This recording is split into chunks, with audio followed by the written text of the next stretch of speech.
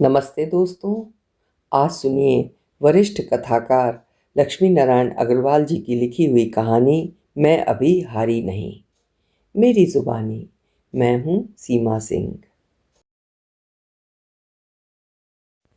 थाने के आसपास वाले जिस शादी को लेकर हैरान थे, पुलिस वाले उसी से परेशान थे कि कहीं कुछ चूक ना हो जाए, क्योंकि ये शादी एक अदालती आदेश से हो रही थी। इसीलिए हर रस्म और रस्म कराने वाले और आने जाने वाले लोग इत्यादि की पूरी लिखापढ़त हो रही थी। लेकिन इस सब से बेखबर दुल्हन रमीज़ा एक कमरे में सजी धजी गुमसुम बैठी थी। उसके दिमाग में एक तूफान उठा हुआ था। एक के बाद एक सवाल उठ रहे थे और रह रहकर उसका ध्यान अतीत में चला जाता था। हबीब और रमीज़ा एक ही मोहल्ले में मगर काफ़ी दूर रहते थे। हबीब की बहन शकीना उसकी दोस्त थी, इसलिए हबीब से भी दुआ सलाम होती रहती थी। हबीब को उर्दू जितनी अच्छी आती थी, रमीज़ा को उतनी ही खराब। एक दिन बातों ही बातों में पढ़ाई की बात निकली तो शकीना ने कह दिया, हबीब भाई को उर्दू बहुत अच्छी आती है, उनसे क्यों नहीं पढ़ लेती। पहले तो रमीज़ा को हिचक हुई, लेकिन जब घर वाले मान गए तो हबीब हफ्ते में 3 बार आकर रमीज़ा को पढ़ाने लगा। इस इंतज़ाम से दोनों खुश थे। रमीज़ा इसलिए खुश थी कि उसके इम्तिहान में नंबर अच्छे आए थे। हबीब इसलिए खुश था कि एक जवान लड़की के साथ कभी कभी हंसी मजाक का मौका मिल जाता था। समय जैसे जैसे आगे बढ़ा, हबीब ने मौका देखकर उसको छूना भी शुरू कर दिया। कभी गालों को छू लेता, कभी पीठ पर हाथ फेर लेता। एक बार तो मौका पाकर चुंबन भी ले लिया। रमीज़ा थोड़ी भोली थी, इसे हद में समझकर कुछ भी नहीं कहती थी। वैसे भी घर होने के कारण मौका भी कभी कभार ही मिलता था, लेकिन इससे हबीब की हिम्मत बढ़ती जा रही थी। एक दिन ऐसा इत्तेफाक हुआ कि रमीज़ा का परिवार किसी शादी में गया हुआ था। रमीज़ा को परीक्षा की तैयारी करनी थी, इसलिए घर पर रुक गई थी। हालांकि आज हबीब के आने का दिन नहीं था, किंतु संयोग से हबीब वहां से गुजर रहा था तो सोचा चलो मिलता चलूं। लेकिन भीतर जब रमीज़ा अकेली मिल गई तो उसकी नीयत खराब हो गई और बोला, मेरे पास बैठो, कुछ और बातें करेंगे। रमीज़ा चौंक कर बोली, मगर कल इम्तिहान है। तो क्या हुआ, प्यार करने में 10 मिनट से ज़्यादा थोड़े लगते हैं। ये कहते हुए उसने रमीज़ा का हाथ पकड़कर खींच लिया। नहीं नहीं, मुझे छोड़िए, ये आप क्या कर रहे हैं। वही जो एक लड़का लड़की के साथ करता है, एक बार करवा लो, बार बार मन करेगा। नहीं नहीं, ये तो शादी के बाद होता है, रमीज़ा उसे दूर ढकेलते हुए बोली। परेशान क्यों होती हो, पढ़ाई खत्म होते ही हम शादी भी कर लेंगे। हबीब ने दाना डाला, लेकिन रमीज़ा हाथ झटक कर दूर चली गई। ये होते ही हबीब पर शैतान पूरी तरह सवार हो गया। उसने उठकर रमीज़ा को पूरी ताकत से धर दबोचा और मुंह काला करके ही छोड़ा। 1 घंटे बाद जब परिवार के लोग आए तो रोते रोते बहुत मुश्किल से रमीज़ा ने सब बताया। सुनते ही घर में मातम छा गया। माँ बाप को तो जैसे सांप सूंघ गया, वो सर पकड़ कर बैठ गए। 2 साल छोटी बहन नसीम बोली, अब्बू अभी कुछ मत बोलो, कल जब वो कमीना पढ़ाने आएगा तो सब मिलकर खत्म कर देंगे कुत्ते को। लेकिन बेटा अब वो नहीं आएगा, इतना बेवकूफ़ नहीं है, पिता ने समझाया। तभी माँ आंसू पोंछते हुए बोली, मैं तो कहती हूँ सब खामोश हो जाओ, जैसे कुछ हुआ ही नहीं है। हम चुपचाप किसी दूसरे शहर जाकर शादी कर देंगे, कैसे भी मेरी बच्ची को बदनामी से बचा लो। नहीं बेगम, बदनामी से बचना तो अब नामुमकिन है, अब्बू ने लंबी सांस छोड़ते हुए कहा। एकदम से सब बदल जाएगा। हबीब का आना जाना अचानक बंद हो जाएगा। सकीना सवाल पूछेगी तो कौन जवाब देगा, क्या जवाब देगा। स्कूल में सकीना से बातचीत अचानक बंद होते ही दूसरे बच्चे सवाल पूछेंगे, और फिर वो हरामी के पिल्ले को सज़ा नहीं मिली तो दोस्तों में पता नहीं क्या क्या डींगे मारेगा। उसके ऊपर उस कमीने की मम्मी, खुदा बचाए उससे, जरा भी भनक मिल गई तो 1 घंटे में पूरे शहर में पूर देगी। इससे पहले कि ये सब हो, मैं कहता हूँ पुलिस में रिपोर्ट करा देते हैं। हमारी बेटी का तो जो होना है होगा, कम से कम उस कुत्ते को तो सज़ा मिलेगी। रात में 12 बज चुके थे। सभी ने इधर उधर लुढ़क के रात गुजार दी और सुबह होते ही 2 रिश्तेदारों को साथ ले जाकर रिपोर्ट कर दी। सुबह 8 बजे अस्पताल खुलते ही पुलिस ने रमीजा को डॉक्टरी जांच के लिए भेज दिया। पुलिस जब हबीब को गिरफ्तार करने पहुंची तो घर पे केवल उसकी माँ और बहन थी। उसकी मम्मी ने दरवाज़ा खोलने पर जब पुलिस देखी तो वो पूछने लगी, क्या हुआ दरोगा साहब, पहले ये बताओ हबीब है कहाँ। इंस्पेक्टर ने पूछा। वो तो कल शाम 5 मिनट को आया था और ये कहकर चला गया कि दोस्त के घर जा रहा है, रात का खाना वहीं खाएगा और रात में वहीं रुकेगा। कौन दोस्त? उसका नाम पता क्या है? वो तो उसने कुछ बताया नहीं, लेकिन उसने किया क्या है ये तो बताइए। उसने रमीज़ा की इज्जत लूटी है, इंस्पेक्टर ने बताया। सुनते ही मम्मी को झटका लगा, मगर झटका छुपाकर ऊंची आवाज़ में बोली, क्या बात कर रहे हैं दरोगा साहब? मेरा बेटा शरीफों में शरीफ है, लड़कियों की तरफ आंख उठाकर भी नहीं देखता। बड़े बड़े घराने की लड़कियां तैयार हैं शादी के लिए, फिर वो रमीज़ा जैसी बदसूरत को क्यों छुएगा? तभी पीछे से बहन बोली, गलती मेरी ही थी जो उस फुहर लड़की पर तरस खा के हबीब भाई से उसे पढ़ाने के लिए कह दिया। मुझे तो पहले ही शक था कि वो कोई गुल खिलाएगी। स्कूल में भी कभी इस लड़के से कभी उस लड़के से मजाक करती रहती है। हबीब भाई को तो मेरे सामने ही छेड़ती रहती थी, पीछे से पता नहीं क्या करती होगी। इतनी बड़ी हो गई, जरा भी अक्ल नहीं है। उसकी माँ भी कैसी माँ है, बेटी को कुछ सिखाया ही नहीं। पुलिस को देखकर मोहल्ले वाले इकट्ठे हो गए थे, उनमें भी अब बातें उठने लगी थी। एक औरत कह रही थी, देखो तो माँ बेटी को कैसे दूसरे की बेटी पर कीचड़ उछाल रही हैं। कौन नहीं जानता हबीब को, दिन भर इधर उधर टांगे मारता फिरता है। अरे अपने घर में जवान बेटी का तो ख्याल करती हबीब की माँ। तभी एक पुरुष की आवाज़ आई, इसीलिए तो कहते हैं कि औरत ही औरत की सबसे बड़ी दुश्मन होती है। हबीब कोई शातिर अपराधी नहीं था, इसलिए पुलिस से बच नहीं पाया। मुखबिरों की सूचना पर पुलिस ने उसको दूसरे दिन उसके मामा के घर से धर दबोचा और तीसरे दिन अदालत में पेश कर दिया। एक तो डॉक्टरी जांच में हबीब के वीर्य और रमीज़ा के कपड़ों पर पाए गए वीर्य में समानता सिद्ध हो गई। दूसरे, ना तो हबीब का कोई रिश्तेदार बड़ा आदमी था और ना ही उसके पास इतना पैसा था कि किसी नामी वकील को करके जज को खरीद ले।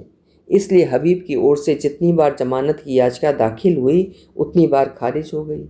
चूँकि हबीब बहुत ज़्यादा समर्थ नहीं था, शायद इसीलिए रमीज़ा को 3 साल में ही अदालत से न्याय मिल गया।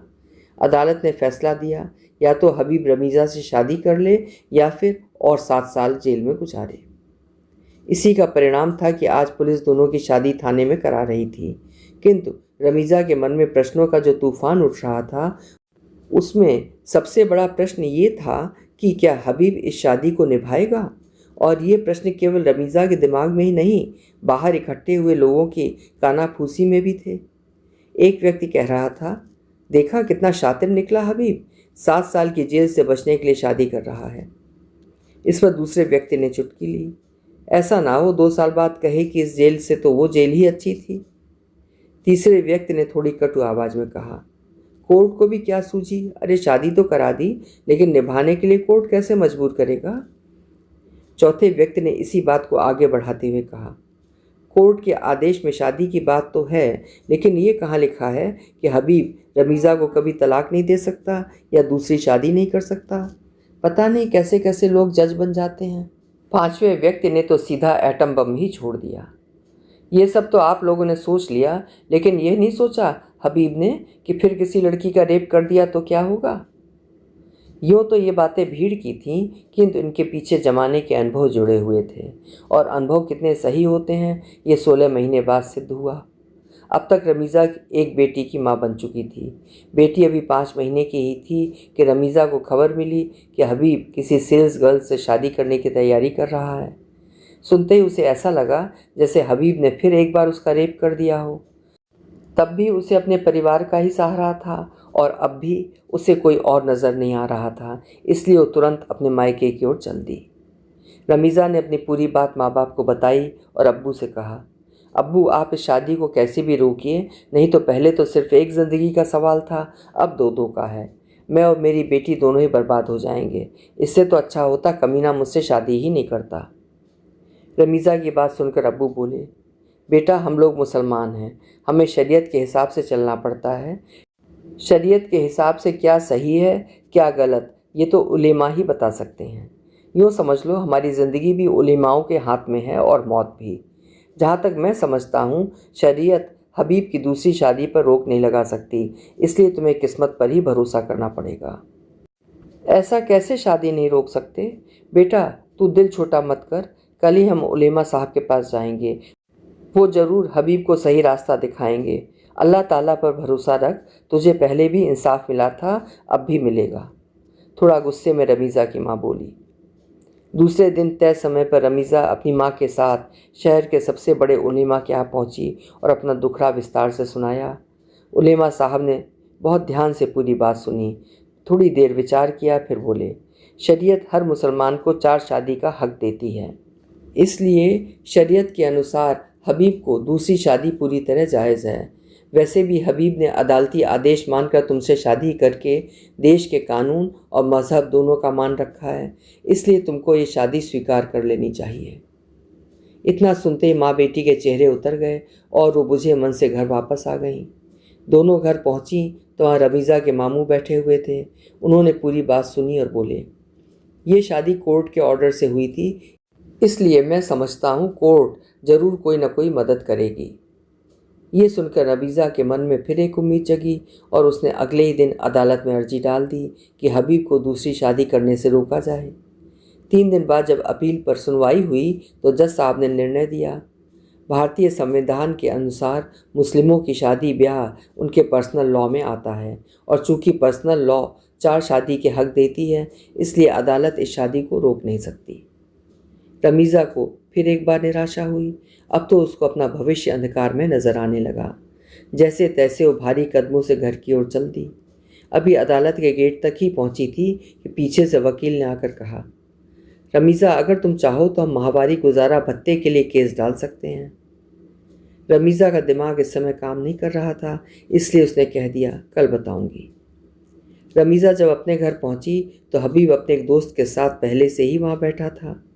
रमीज़ा को देखते गुर्राया, क्यों, ले आई जज साहब से ऑर्डर? अरे बेशर्म औरत, तुझ पर रहम खा के मैंने तुझसे शादी की, तुझे ठीक से रखा, और तेरी ये हिम्मत कि मेरा ही खाकर मेरी ही मर्जी के खिलाफ काम करे। तेरे इस कमीनेपन की सज़ा तुझे मिलनी ही चाहिए। इसलिए सुनो रमीज़ा बेगम, मेरी इजाज़त के बिना बेपर्दा घर से बाहर निकलने और गैर मर्दों से मिलने की वजह से मैं तुम्हें तलाक देता हूँ। तलाक, तलाक, तलाक। 1 हफ्ते बाद ही हबीब दूसरी पत्नी के साथ हनीमून मना रहा था। रमीज़ा फिर कुछ नहीं कर सकी और पहले की तरह इस बार भी रोते रोते दुखड़ा सुनाने के लिए फिर एक बार अपने माँ बाप के पास पहुँच गई। 3 दिन तक सलाह मशवरा करके नतीजा ये निकला कि मज़हब, समाज, बिरादरी से तो कोई राहत नहीं मिल सकती है। अगर मिल सकती है तो केवल कोर्ट से हर महीने गुजारा भत्ते की कुछ रकम मिल सकती है। हालांकि उसकी उम्मीद भी कम है। हालात के थपेड़े खाकर अब तक रमीज़ा काफ़ी मजबूत हो गई थी। इस बार उसने खुद ही फैसला लिया कि भले ही उम्मीद कम है, फिर भी गुजारा भत्ते के लिए केस डालेगी। इस बार अदालत ने रमीज़ा की याचिका स्वीकार करते हुए हबीब को नोटिस भेज दिया। हबीब के वकील ने अदालत में दलील दी, योर ऑनर, रमीज़ा को गुजारा भत्ता देने का सवाल ही नहीं उठता है, क्योंकि हबीब तो तलाक देना ही नहीं चाहता था। वो दोनों पत्नियों को साथ रखने को तैयार था। रमीज़ा ने एक के बाद एक बदतमीज़ी करके हबीब को तलाक देने के लिए उकसाया और मजबूर कर दिया। हुजूर, हर मज़हब में शौहर ही औरत का मालिक होता है, उसकी मर्ज़ी के खिलाफ जाना गुनाह है। हबीब ने रमीज़ा को ताकीद दी थी कि बिना बुर्के के घर से बाहर ना निकले, किसी गैर मर्द से ना मिले और 5 समय की नमाज़ पढ़े, लेकिन उसने कोई बात नहीं मानी, इसलिए मजबूर होकर तलाक देना पड़ा। और चूँकि तलाक रमीज़ा की गलतियों से हुआ है, इसलिए गुजारा भत्ते का केस ही नहीं बनता। रमीज़ा के वकील ने जवाब देते हुए कहा, हुजूर, सारे आरोप मनगढ़ंत हैं। ये आरोप तलाक को उचित ठहराकर खुद को बहुत नेक आदमी सिद्ध करने की नीयत से गढ़े गए हैं। 16 महीने की शादी में हबीब ने कभी किसी से कोई शिकायत नहीं की। मोहल्ले वालों ने भी कभी कोई झगड़े की आवाज़ तक नहीं सुनी। हबीब ने रमीज़ा को इस तरह की कोई हिदायतें कभी नहीं दी। रमीज़ा ने हबीब की हर वो खिदमत की है जो एक अच्छी और सच्ची मुसलमान बीवी को करनी चाहिए। अदालत यदि चाहे तो मोहल्ले वाले गवाही देने को तैयार हैं।